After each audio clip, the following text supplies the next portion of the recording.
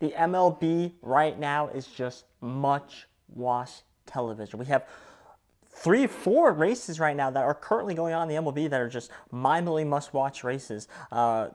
Probably the biggest one, the most important one, is the Mets right now, fighting for that last wild card spot. I mean, this is just must-watch games. What's going on here? You have to watch the Mets. You have to watch the Reds. This is all more important than what's going on in the football right now. But most of the world's gonna be watching the football, and that's what sucks for the MLB. That's just one of the races. Okay. We also have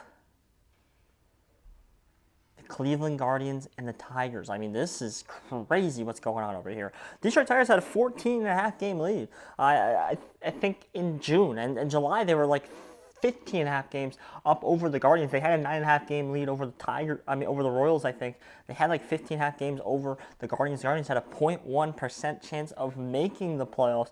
They are now 1 game ahead of the Tigers. The Tigers are having like a one for the last 12-game win streak right now. It's been absolutely abysmal, and now they have to play the Guardians again in a monster game. I think everyone should be glued into this game because if the Tigers collapse, if the Tigers don't get into the playoffs, it's going to be talked about as one of the worst collapses in sports history, and I think it needs to be on that level. Now I hope the Tigers win today because that would just make everything that much better down the line. The Guardians have to play an easy team after the Tigers, I believe. They play, I want to say like Twins or somebody.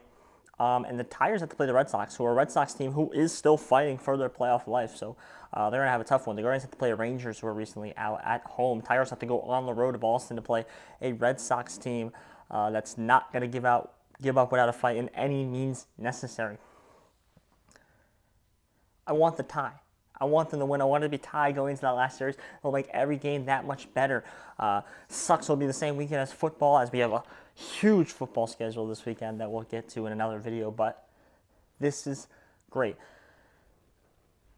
Then we get into the last race here for the teams, and it's the Yankees and the Blue Jays, and right now tied. I mean, this is the Blue Jays team that had 3.5, 4-game lead on the Yankees. It is now tied, and it's because the Yankees have a very easy schedule here down the stretch here. They're playing Chicago, then they have to play the Orioles again to close out. Blue Jays are playing the Red Sox right now, who are playing some of their best baseball, as they have won like 4 straight. They've beaten the Blue Jays already in 2 games, and then the Blue Jays have to go and play the Tampa Bay Rays, which is a division foe, a team that's not going to lay down for the Blue Jays. So this race is going to be very, very tight and interesting.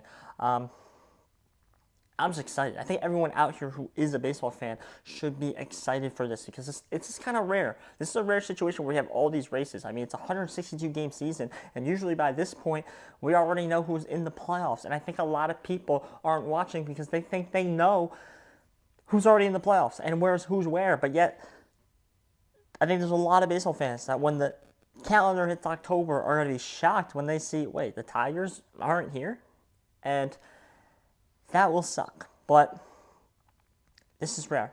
This is really rare of a situation that I think we need to take advantage of, and it allows for good tickets because like these teams lose, like the tickets for futures go really crazy with every loss, every win. So everyone needs to be keeping an eye out for that and take some good advantages there.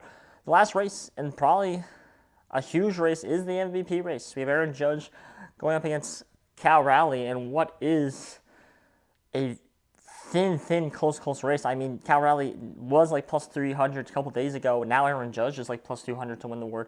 As Cal Raleigh hits 2 home runs yesterday to get 60. Judge hit 2 home runs as well yesterday to hit 50. It is a very, very close race. And right now, I think Aaron Judge should be the MVP. Will he win it? I don't know. And I think it's going to come down to if Cal Raleigh breaks his record, he's going to win. It's going to be very hard to not vote Cal Raleigh to win MVP if he gets to the 63, 64 mark. It's going to be very, very hard. Now, has Cal Raleigh had the best catcher season of all time? I don't know. I don't know if that's true. I don't know if that's correct, because when you can look at other MVP catcher seasons, let's look at Buster Posey, let's look at Joe Mauer. I mean, these are guys that batted 360 and hit like 30 home runs. Like, I don't know, and had more WAR. Like, that might be a better valuable season to our team than what Cal Raleigh's doing, hitting 60 home runs and batting 240 and has a 928 OPS. Like, is that really that valuable? I mean, and these guys like Mauer and Posey did it in a non-juice ball year. I mean, the ball is juiced out of its mind right now. is that more valuable?